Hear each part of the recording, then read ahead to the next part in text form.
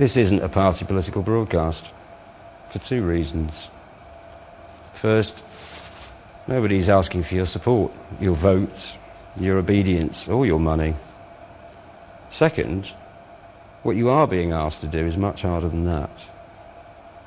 The idea is for you to question the basis of modern society, yourself. Think about it, and then go away and think what to do about it. I'm not going to tell you what to do or how to think. What I want to do is simply explain a point of view to you. It's a point of view that is not explained very often, anywhere you go, in anything you see on TV. But it exists, and it's quite widespread. What you do about it is up to you. You can reject it, but it's important to understand what you're rejecting. Politicians talk about this problem or that issue. Within capitalism, the real reason why politicians all sound the same and why people find it so hard to be interested in politics is that they all have this same frame of reference. If you question capitalism itself, you automatically put yourself outside that frame of reference. And that's when the politics of capitalism suddenly becomes meaningless to you. Capitalist politicians make everything sound incredibly complicated. So complicated that you need them to work it all out for you. You have a vote every 5 years. That ought to be enough. What more do you want? You don't really understand. You don't know enough. You're not smart enough. You couldn't really make the decisions. Well, medicine's complicated. It takes 11 years to train a doctor. We couldn't all be doctors.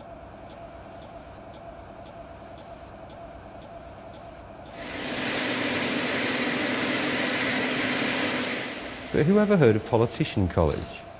What qualification do politicians have which is beyond the rest of us? There isn't one, is there? Anybody could go into politics. The experts in charge of decision-making are not experts at all, no more than you are or I am. Let's get something straight here.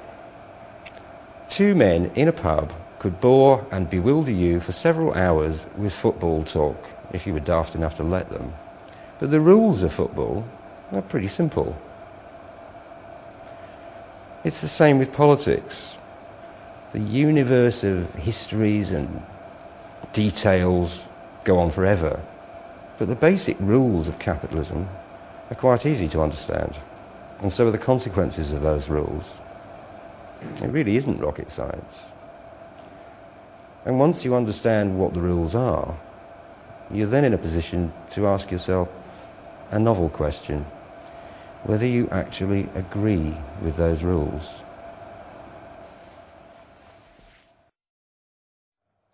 Let's have a look at some of these rules or facts of life. See if you think they're complicated. See if you think they really exist or I've just made them up.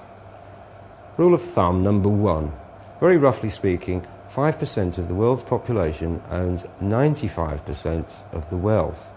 That's the land, the resources, the lot. That's about 1 person in 20. 1 person has all the wealth and the power. 19 have nothing very much at all. That's called the unequal distribution of wealth. It might sound unfair, it might seem unjust, but it's a fact of life and it's legal. That's not complicated, is it? Here's another rule, a golden rule. The people who have the gold make the rules. That's why it's all legal, in case you were wondering. Here's some more rules in no particular order. Rule 3.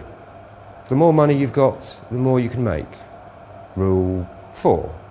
The less money you've got, the less you can get. Rule 5. The poorer you are, the more expensive everything is. Rule 6. The poorer you are, the iller you'll be, the sooner you'll die, and the worse off your kids will be. Rule 7. The poorer you are, the worse your education will be, and the worse your job will be. Rule 8. The worse the pay, the harder the job. Rule 9. The opposite of Rule 8. The higher the pay, the easier the job. For example, company directors get paid, say, 100 times what a warehouse worker gets. But who goes home most exhausted? Rule 10.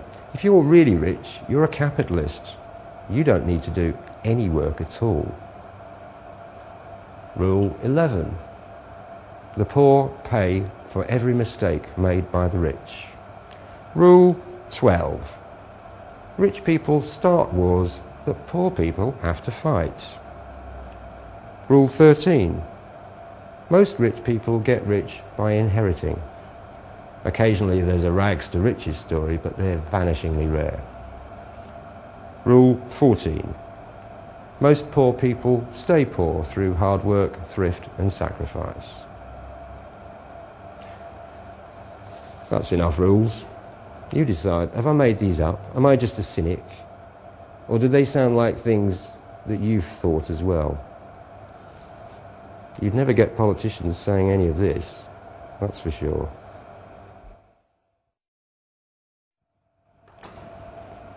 How did all this come about? You might think it's always been this way. It hasn't. But I'd have to spend all day on the history and prehistory of the human race to prove it. And we haven't got all day. Anyway, I'm not really trying to persuade you, only get you to understand what the point of view is. So instead, let's illustrate by analogy how it all started. I want you to imagine a nursery where 20 kids are playing happily. They have the odd spat now and again, but nothing serious. If you've been in kindergartens yourself, you can see how kids operate. They have arguments, they get over it, they work things out, often without any intervention by the supervisor. They're not skilled at diplomacy or people management, they're just doing what comes naturally. Now suppose that the nursery supervisor did a very strange thing and introduced a new kind of game. Except it's not a nice game, it's a rather sick game with sick rules.